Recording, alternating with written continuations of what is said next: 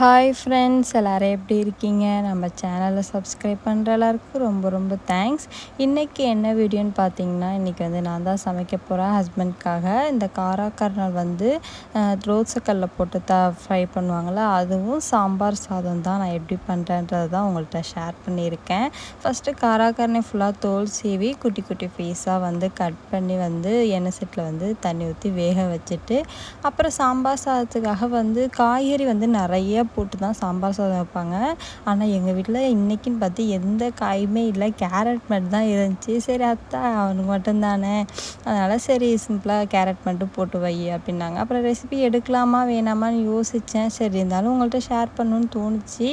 அதனால தான் இது ரொம்ப சிம்பிளான சாம்பார் சாதம் தான், ரொம்ப ஈஸி. அதனால தான் உங்கள்கிட்ட ஷேர் பண்ணணுன்னு தோணுச்சு, நான் பண்ணியிருக்கேன்.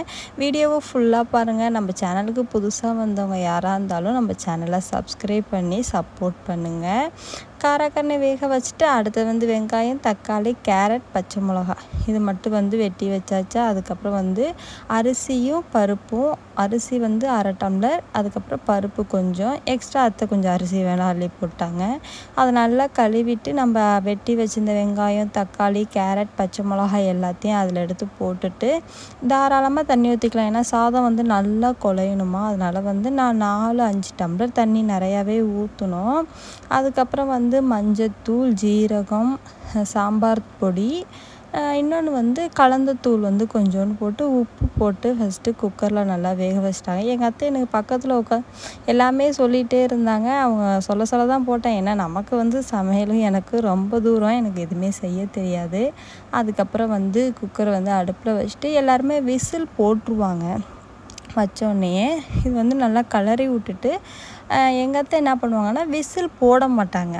ஒரு இதில் வச்சு அந்த ஆவி மேலே அடிக்கிறப்ப சிம்மில் வச்சு அந்த விசில் 15 நிமிஷம் போட்டு எடுத்துருவாங்க. அது நல்லாவே குழவி. எல்லாருமே எங்கள் வீட்டிலலாம் எப்படின்னா விசிலை போட்டு விட்டுட்டு ஒரு 4-5 விசில் விடுவாங்க. ஆனால் அத்தை அப்படி செய்ய மாட்டாங்க. இப்போ ஹை ஃப்ளேமில் இருக்கா, இப்போ அந்த ஓட்டையிலேருந்து ஃபாஸ்ட்டாக ஆவி வரும்.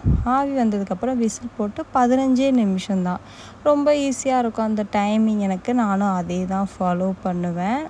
இப்போ அந்த ஆவி வரத்துக்காக வெயிட் பண்ணியிருக்கோம். அந்த பக்கம் அத்தை எங்களுக்காக மீன் குழம்பு, அதுக்கப்புறம் மீன் வறுவல், கீரை எல்லாமே ரெடி பண்ணிகிட்ருக்காங்க. ஹஸ்பண்டுக்கு மட்டும்தான் சாம்பார் சாதம். அவங்க விரதத்தில் இருக்கிறனால நான்வெஜ் சாப்பிட மாட்டாங்க.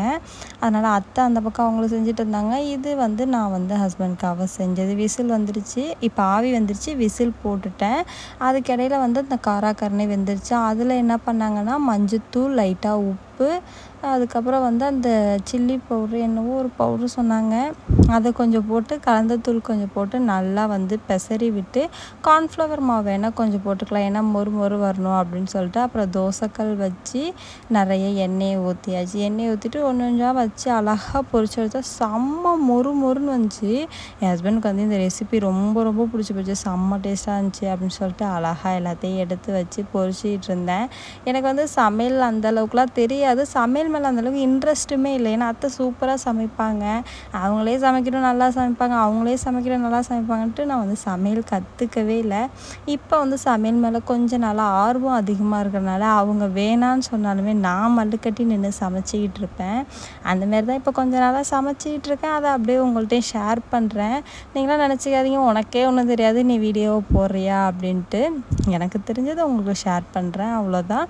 அதுக்கப்புறம் அதை அங்கே நல்லா ஃப்ரை பண்ணிக்கிட்டு இருந்த கேப்லேயே இங்கே 15 நிமிஷம் ஆயிடுச்சா. அதுக்கப்புறம் திறந்து பார்த்தா செம்மையாக இருந்துச்சு. டக்குன்னு தூக்கி அந்த பக்கம் வச்சுட்டாங்க. ஏன்னா இதுக்கு தாளிப்பு வேறு கொஞ்சம் ரெடி பண்ணணும் அப்படின்னு சொல்லிட்டு அதை நல்லா கிளறி பார்த்தோம். நல்லா கிளறி விடு அப்படின்னு சொன்னாங்க. சரின்னு போட்டு நம்மளால் முடிஞ்ச அளவுக்கு ப்ரெஷர் பண்ணி அது குழையிலன்னு நான் குழச்சி விட்டுட்டேன். நல்லா பார்த்தா சூப்பராக இருந்துச்சு.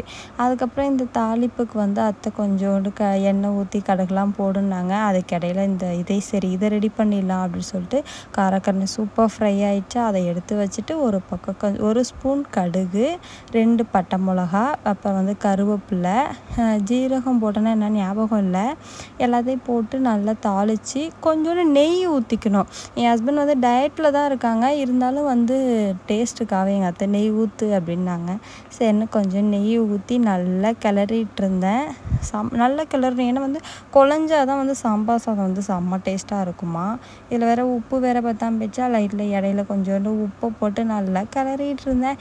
எப்படி வரும்லாம் தெரியாது, ஆனாலும் நான் செஞ்சதுலேயே என் அத்தை சொல்லி சொல்லி நான் நிறையா செஞ்சுருக்கேன். ஆனால் வந்து நல்லா இருக்காது அந்த பக்கம் சாப்பிட்டு பார்க்குறப்ப. இது வந்து செஞ்சு சாப்பிட்டு பார்க்கப்புற டேஸ்ட்டு சூப்பராக இருந்துச்சு. அதான் சாம்பார் சாதத்தோட டேஸ்ட்டு போல், அதெல்லாம் சூப்பராக இருந்துச்சு, பார்க்கவும் நல்லாவே இருந்துச்சு. கண்டிப்பாக நீங்கள் ட்ரை பண்ணி பாருங்கள், அது சூப்பராகவே இருக்கும். எனக்கு ரொம்ப பிடிச்சிருந்துச்சி. அதுக்கப்புறம் ஹஸ்பண்ட் வந்தோடனே கேட்டேன், சூப்பராக இருக்குது நல்லா இருக்கு அப்படின்னு சொன்னாங்க. அப்புறம் கொஞ்சம் டேஸ்ட் பண்ணி பார்த்துட்டு அவங்க வந்தோடனே சாப்பிட்டுட்டாங்க. வீடியோ பிடிச்சிருந்தா லைக் பண்ணுங்கள்.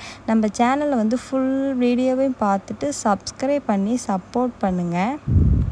அடுத்தது ஏதாவது இதே மாதிரி சிம்பிள் ரெசிபி இருந்தால் அதை வந்து வீடியோ எடுத்து உங்கள்கிட்ட ஷேர் பண்ணுறேன். நீங்களும் ட்ரை பண்ணி பாருங்கள். பாய்.